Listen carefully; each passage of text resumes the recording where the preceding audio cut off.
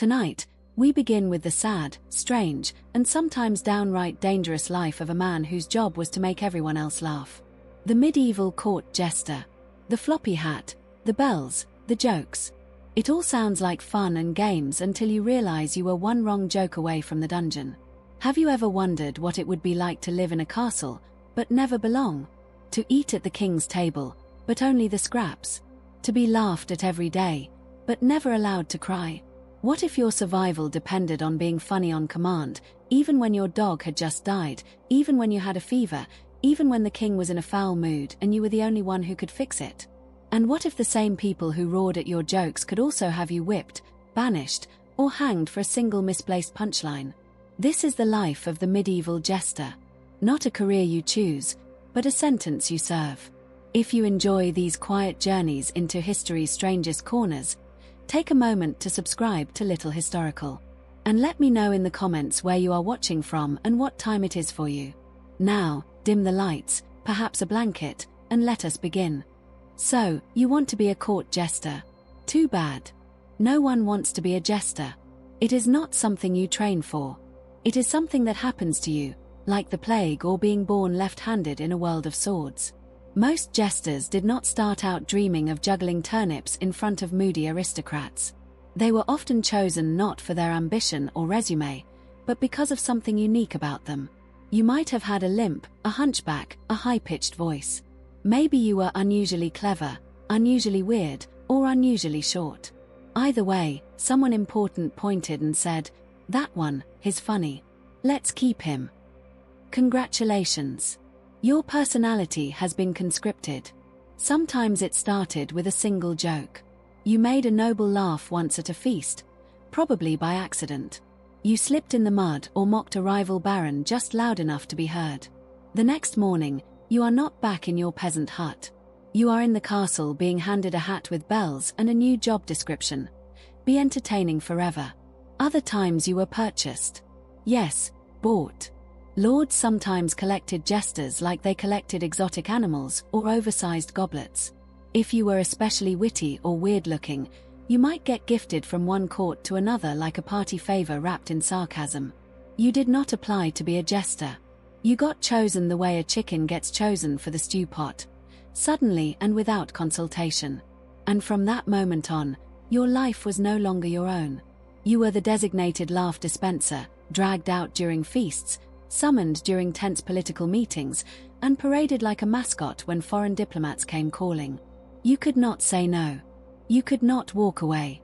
Not unless you wanted to return to the farm, or worse, get mistaken for a vagrant and end up in the stocks.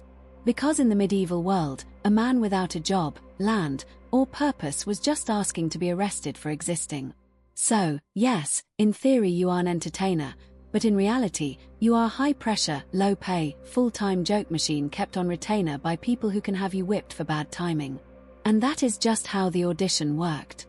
You may not be on a stage with a spotlight, but make no mistake, in the medieval court, you are always performing. There was no career ladder, no promotion to royal advisor. Once you wore the bells, you were branded. Even if you grew old, even if your bones ached, even if your wit dulled, you remained the fool. The court might find you less amusing, but they would not let you leave. Because a former jester was a dangerous thing, someone who knew too many secrets and had nothing left to lose. So you stayed, juggling your pain alongside the apples, laughing at jokes that cut, and learning to hide your heart behind a painted smile. But the pressure never relented. And that constant performance, that endless demand for cheerfulness, was only the beginning. Because once you were the fool, you were never truly off the clock. And as the feast stretched into the small hours, you would soon discover that the hardest part of the job wasn't the jokes. It was the silence in between. That silence was rare, though. Because being a jester is not a job you clock into. It is your existence. You eat, sleep, and breathe among nobles, but you are never really one of them. You are their entertainment, their curiosity, their living what-if scenario. The court's emotional support oddity. You are not allowed to be invisible. Everyone sees you, and they expect something the moment they do.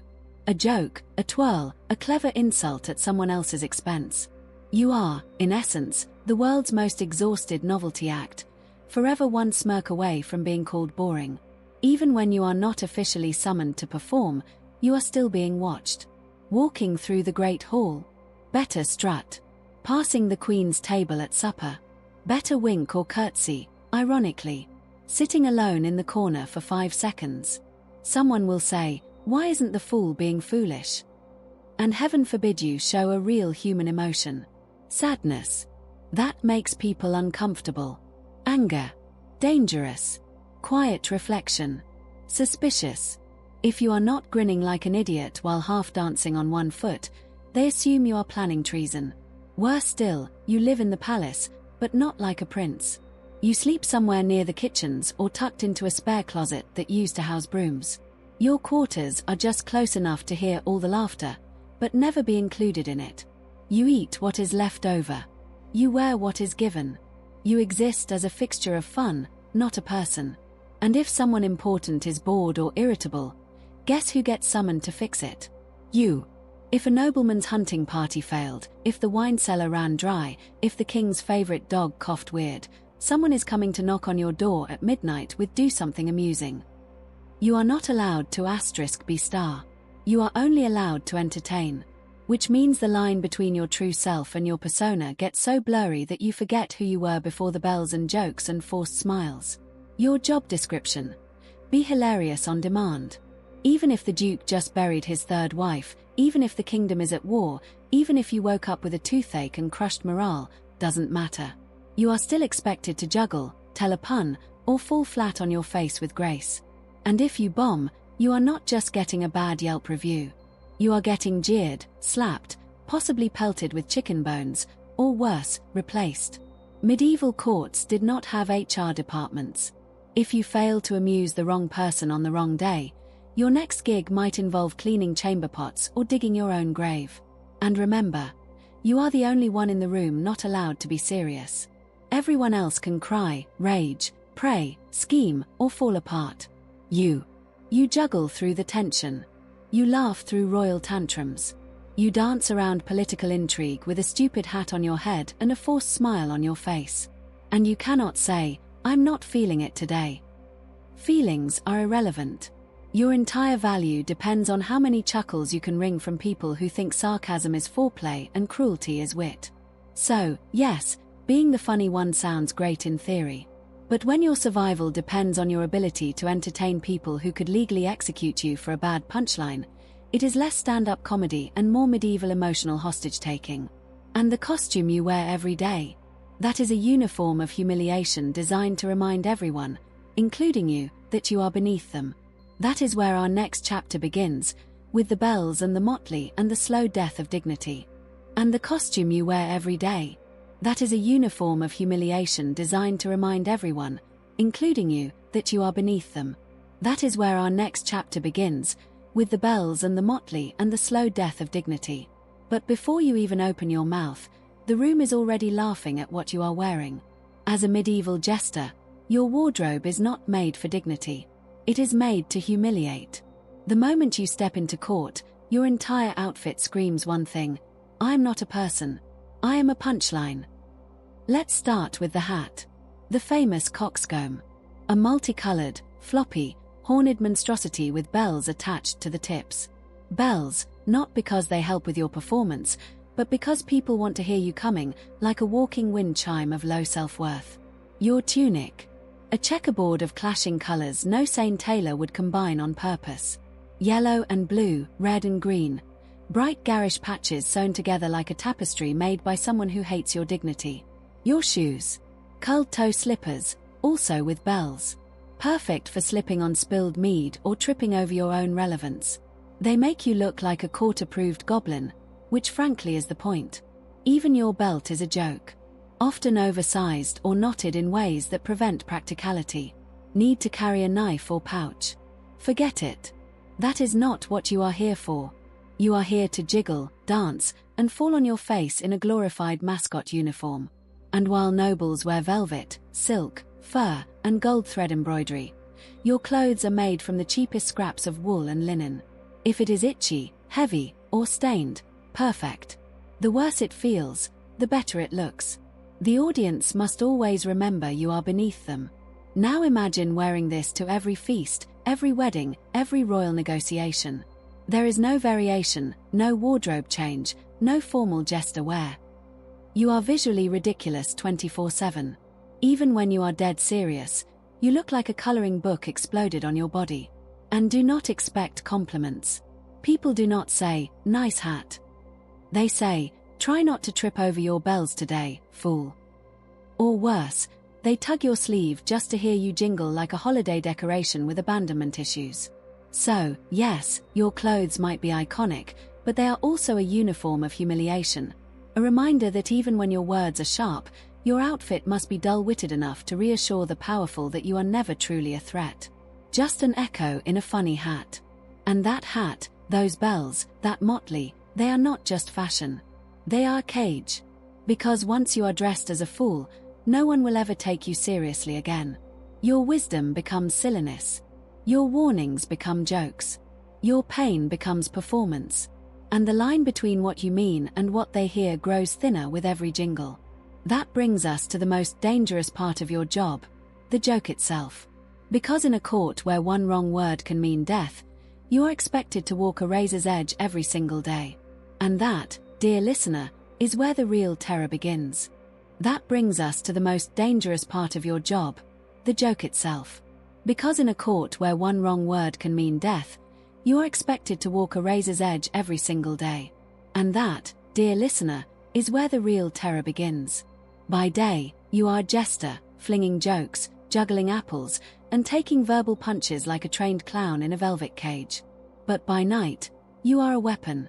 The crown might laugh at your tumbling act, but they know your real value is not in your slapstick. It is in your ears. You see, being a fool comes with a strange perk. You are invisible in plain sight. Nobles speak freely around you. Servants forget you are there. Guests vent their frustrations while you pour their wine. You drift from corner to corner like furniture with feet, catching everything. You hear confessions that were not meant to be heard. Treason whispered between cousins. Affairs confessed over goblets. Bribes, threats, alliances forming in the shade of the feast. And you remember it all, not because you are nosy, but because it keeps you alive. Because sometimes the king calls you aside. He says, "Fool, tell me what the bishop said to the French envoy last night." And you had better have the answer. If you do not, he might think you are loyal to someone else. If you do, he might ask for more. This is the terrible dance. The king wants truth from your lips, but no truth that implicates him. You serve a monarch who praises your honesty until your honesty offends. You are expected to report quietly, cleverly, maybe even in riddle form, who is sleeping with whose wife, or who is plotting a little light rebellion over stew. You are the court's most dangerous informant, disguised as the least dangerous person in the room. But there is a catch. Everyone else knows it. The lords and ladies smile at you, but they do not trust you. Servants stop talking when you walk by. The guards eye you like you are holding a dagger behind your back. And in a way, you are. Your weapon is information. And information in a medieval court is just a sharp joke away from being deadly. So you are always listening, always choosing which truth to tell and which one to bury under a harmless punchline. Because in a world full of swords and secrets, the most dangerous blade is not forged from steel. It is tucked behind a fool's grin. And the heaviest burden is not the laughter you must force, but the silences you must keep. You become a vault of whispered sins, a living archive of the court's darkest moments. And when you finally lie down at night, in your closet-sized room, the bells on your cap silent at last, you do not dream of freedom. You dream of the day someone realizes just how much you know. Because that day, the fool becomes the threat. And threats, in a medieval court, do not retire. They disappear. That is the final, unspoken truth of the jester's life. You are not just the court's conscience. You are its insurance policy. And insurance policies are only valuable until they need to be cashed in.